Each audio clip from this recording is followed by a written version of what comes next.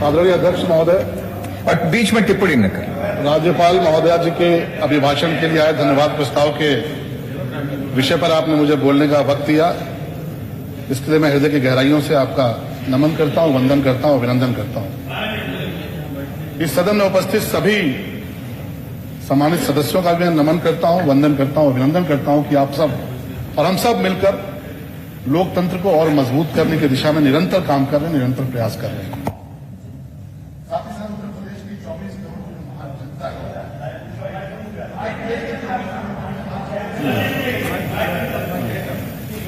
ठीक। उत्तर प्रदेश के जो 24 करोड़ की जो महान जनता है, महान लोग हैं, मैं उनका भी हृदय की गहराइयों से कोटि कोटि अभिनंदन करता हूं कि तमाम सारे दुष्प्रचारों, तमाम सारी कोशिशों, तमाम सारी साजिशों और तमाम सारे षड्यंत्रों के बावजूद उन्होंने सुशासन का मार्ग चुना और एक कर्मयोगी के नेतृत्व में प्रचंड बहुमत के साथ भारतीय जनता पार्टी। महोदय, हम सब पूर्वांचल से आते हैं, देवरिया से आते हैं।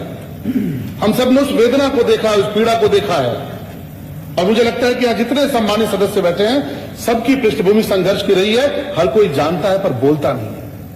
हम सब ने वो वेदना देखी कि जब इंसेफ्लाइटिस जैसी एक बीमारी हुआ करती थी, जो अभिशाप बनती थी पूर्वांचल के लिए, देवरिया के लिए, कुशीनगर के लिए, गोरखपुर के लिए।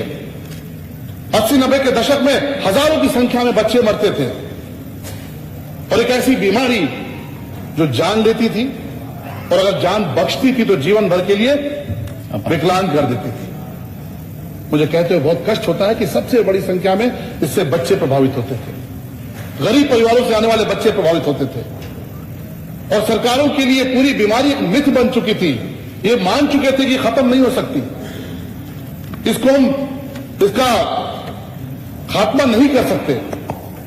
लेकिन मैं धन्यवाद देना चाहूंगा माननीय योगी आदित्यनाथ जी के नेतृत्व में जिस सरकार ने काम किया, पूरी शिद्दत के साथ, पूरी मेहनत के साथ, पूरी निष्ठा के साथ, और एक बीमारी जो पिछले कई सालों से, कई दशकों से मिथ बन चुकी थी, ये माना जा चुका था कि बीमारी खत्म नहीं होगी, आज पूरी तौर पे सफाई के कगार पर है और आज पूर्वांचल के बच्चे एक स्वस्थ जीवन जी सकते हैं। ये वो कारण है महोदय जिसकी वजह से मुझे लगता है कि उत्तर प्रदेश की महान जनता ने एक प्रचंड बहुमत के साथ जन समर्थन दिया है। हम सबने वो दिन देखा था कि देवरिया में कोई दुर्भाग्य से बीमार पड़ जाता था, गोरखपुर लेकर भागना पड़ता था, बिहार लेकर भागना पड़ता था, अस्पताल नहीं थे। और ये आप सबको पता है कि जब कोविड की बीमारी आई थी, मैं किसी सरकार का जिक्र नहीं करूंगा, लेकिन जब कोविड की बीमारी आई थी तो उस प्रदेश के 36 जिलों में एक भी वेंटिलेटर नहीं था। हमारा जिला भी उसी में से था। वेंटिलेटर तो छोड़िए, मेडिकल कॉलेज नहीं था, अस्पताल नहीं था। छोटी छोटी बीमारियों के लिए दूसरे जिलों में जाना पड़ता था, नर्सिंग होम में जाना पड़ता था।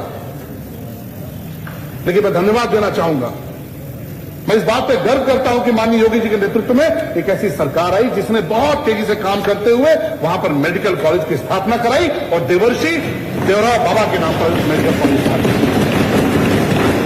और ये काम तब हुआ जब 2 साल पूरी तौर पर कोरोना के चलते सारा काम प्रभावित रहा, कोरोना के चलते लॉकडाउन रहा, कोरोना के चलते निर्माण कार्य ठप रहे, कोरोना के चलते सारे विकास कार्य रुकने की स्थिति में तो अर्थव्यवस्था पर संकट था।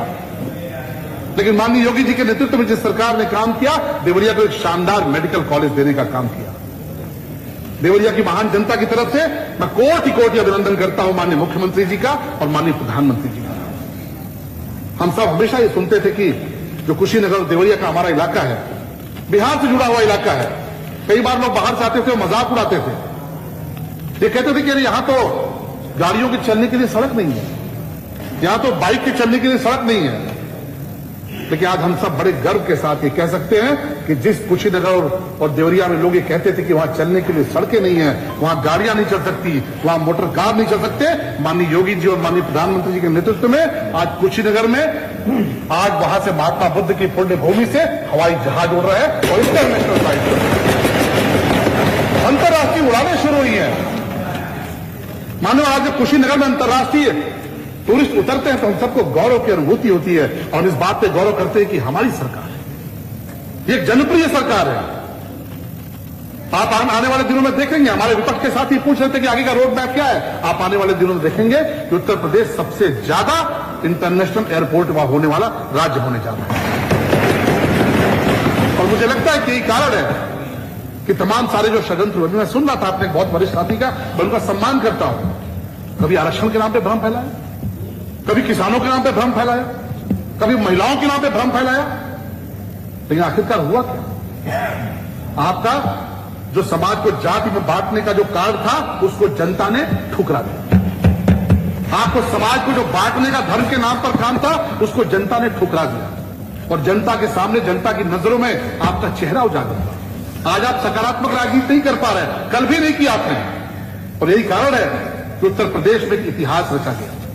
जब बहुत तरह की बातें की गई कि जो मुख्यमंत्री नोएडा जाता है उसको दोबारा काम करने का अवसर नहीं मिलता, बहुत तरह की बातें कही गई कि नहीं दोबारा कोई सरकार रिपीट नहीं होती। तो एक सकारात्मक दिशा के साथ माननीय योगी जी के नेतृत्व में सरकार ने काम किया, जिसने न मत के नाम पर कोई भेद किया, न मजहब के नाम पर कोई भेद किया, न धर्म के नाम पर कोई भेद किया। और यही कारण है कि सबने मिलकर उत्तर प्रदेश में दोबारा प्रचंड बहुमत से योगी जी की सरकार। धन्यवाद शलभ जी। एक आखिरी वाक्य की मैं अपनी बात समाप्त करूंगा कि विपक्ष के साथियों को कल मैंने देखा, कल मेरा पहला दिन था और आप सबसे सीखने की कोशिश करूंगा। आप सबसे बहुत कुछ सीखने का अवसर मिलेगा, लेकिन मुझे समझ में नहीं आया कि जब राज्यपाल महोदया अपना अभिभाषण दे रही थी, अभी तो सरकार के गठन के बाद हम पहली बार यहां पर बैठे हैं और जनता ने अपना जनादेश दे दिया है। जनता के जनादेश से बड़ा कुछ भी नहीं है। उसके बाद भी मुझे समझ में नहीं आया कि उसके बाद ये पहली बैठक थी और विपक्ष के साथियों ने जिस तरह से अभिभाषण का विरोध किया, राज्यपाल महोदया का विरोध किया, मुझे कोई कारण समझ में नहीं आया। अभी तो हम चुनावों से आए हैं, थोड़ा वक्त देते और निश्चित तौर पर आपकी समीक्षा का स्वागत है, आपकी आलोचना का स्वागत है, लेकिन मुझे ये कारण समझ में नहीं आया एक नए विद्यार्थी के तौर पर कि राज्यपाल महोदया पहली बार भाषण देने आई सरकार गठन के बाद, उसके बाद उनका इस तरह से विरोध क्यों हुआ। मैं सिर्फ इतना कहूंगा कि आप विरोध करते रहिए, ये कैचियां हमें उड़ने से खाक रोकेंगी, ये कैचियां हमें उड़ने से खाक रोकेंगी। हम परों से नहीं हौसलों से उड़ते हैं, हौसलों से उड़ते हैं। बहुत अच्छा शलभ जी।